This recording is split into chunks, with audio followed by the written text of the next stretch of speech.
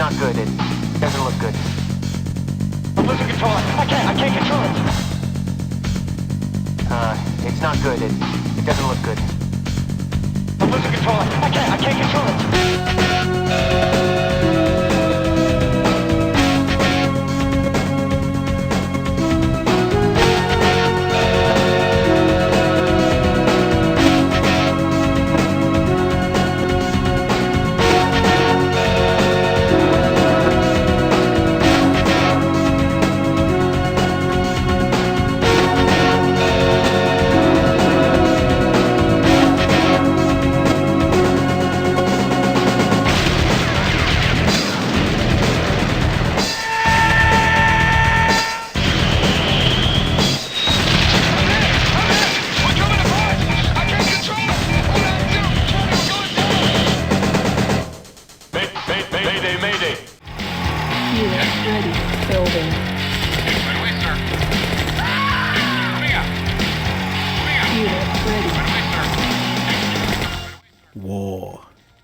War never changes.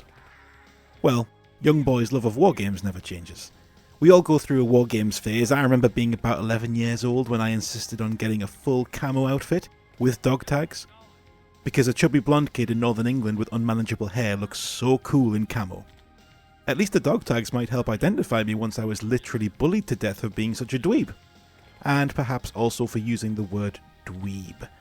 My love of war games and all things military happily coincided with a bunch of different outlets for such an interest, and the most exciting of these was Warhammer 40,000.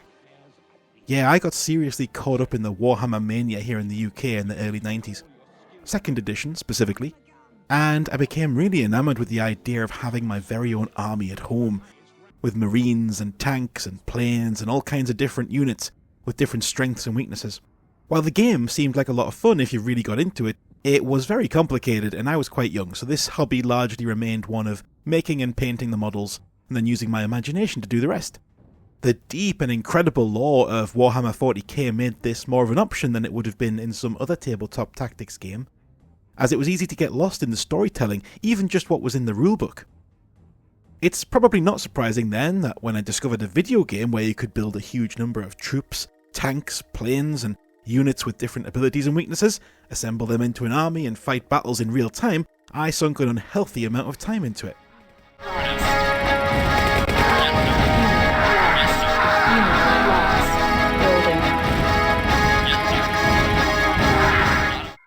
Command & Conquer wasn't the first real-time strategy war game, but it did blow the genre up into massive mainstream success. Westwood Studios learned a lot from their first attempt, Dune, and then applied it to an original story set in a near-future scenario, so the late 90s, I guess, where the discovery of a new energy source creates a dangerous terrorist group looking to control it, the Brotherhood of Nod, and the formation of a NATO-style alliance of Western nations to stop them, GDI. These two factions provide the core of the game and give the player two totally different campaigns to play through, famously held together narratively with some of the greatest FMV sequences of all time. Oh, is that good or bad? Ooh, let me put it this way, Eddie. The possibilities of Tiberium are limitless. Look, I know they've become a bit of a meme these days, but honestly these sequences were really important. It was part of that shift towards the cinematic in-game storytelling I mentioned earlier, and it made it much easier to get invested in the gameplay. Joe Kukan created an iconic villain in Kane, and you had a reason to keep playing and getting better and winning the war, because you could see the people involved and the effects it had. So the FMV sequences are an irreplaceable part of the experience. They found that out when they made Generals. But if that's all the game was, just a fun, novel, cheesy war story with videos, then it wouldn't have persisted so long.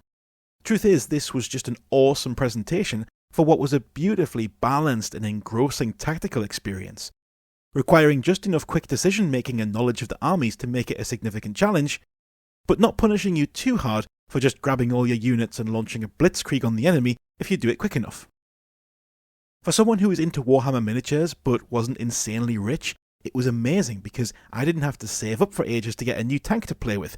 I just clicked a button. Then there's new units coming along all the time to enjoy at no additional cost.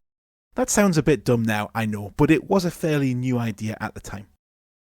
This would set the template for real-time strategy for many years, significantly within its own franchise, which went on a very long time, but also well beyond it. Every unit has a strength and a way to counter that strength, with the two armies balancing perfectly but also feeling completely distinct.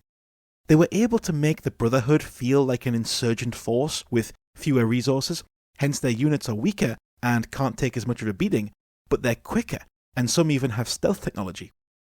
GDI feel suitably rich and powerful, with strongly armoured units and air superiority, but Nod rocket troopers can put a serious dent in any air force you care to deploy.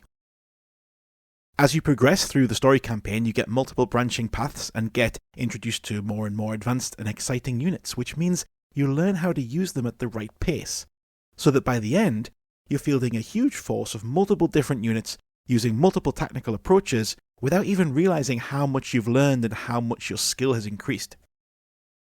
You could even take on friends if you had PCs connected via a LAN.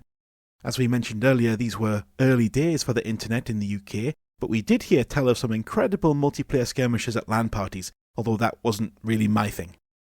This is another game that kicked off an enormous franchise, and we will talk about the other entries in the series as we move forward. But as tends to be the case, this is probably the most pure Command & Conquer experience. Other games in the series introduce new concepts, more factions, internet multiplayer, and even some amazing new stories. But perhaps the definitive C&C experience is right here. If you haven't played this, get yourself the remastered version on Steam. It'll comfortably be one of the best games you've ever played, as it is for me.